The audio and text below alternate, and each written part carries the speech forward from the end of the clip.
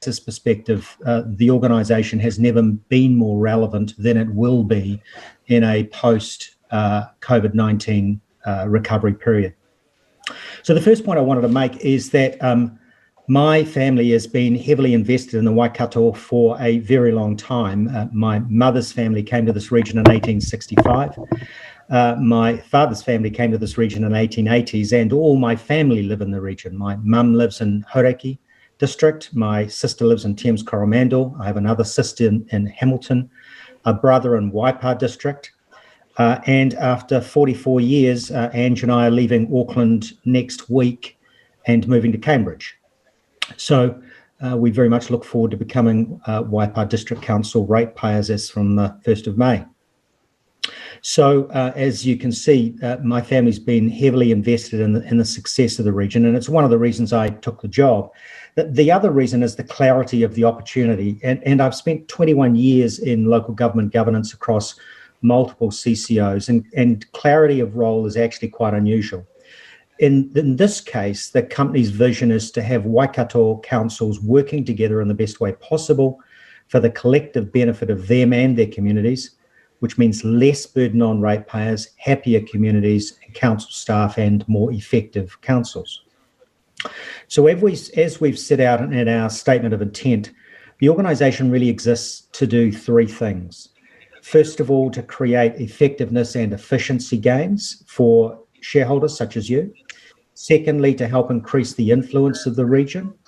And thirdly, to help shareholders provide a better customer experience. What LAS does is provide an opportunity to think regionally without boundaries, and to then help councils use that thinking to act locally to improve the well-being of the community. So thinking regionally means that rather than individual councils trying to solve their problems individually, LAS can help them work them out with the costs of that spread, while still allowing local choices to whether to implement solutions locally.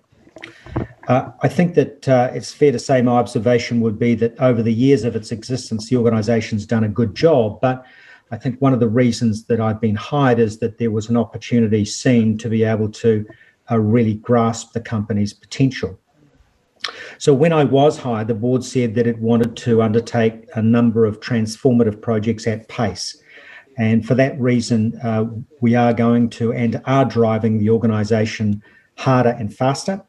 And earlier this year, the board committed to do just that. We are looking to be bolder, more disruptive, to enable you, to help you transform how you and other Waikato councils operate.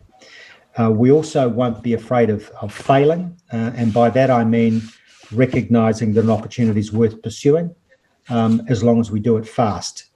Coming from the private sector, having spent 35 years in the private sector, my observation would be that there's nothing wrong with failure so long as you fail fast and fail cheap. So within that in mind, and looking ahead over the next 18 months, there are really three core elements to what we're doing. There are some key strategic projects which we'll be looking to advance as fast as possible, and you'll see those projects in the statement of intent.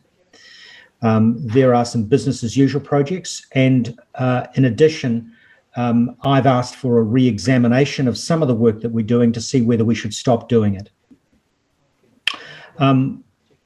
As you'll appreciate, it's really fundamental to perceptions of success of an organisation that they seem to be making progress month by month. So one of the things we've done is introduced a lot more careful tracking about what it is that we're doing and whether we're being successful. And we're looking to improve the communications to key council staff as well.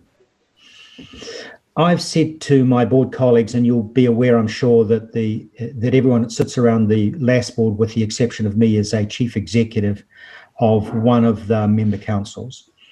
I've said to my board colleagues that they are really the difference between LAS succeeding and failing. And the reason for that is that they are the ones who will dictate the resourcing and prioritisation and cooperation which is accorded to LAS projects.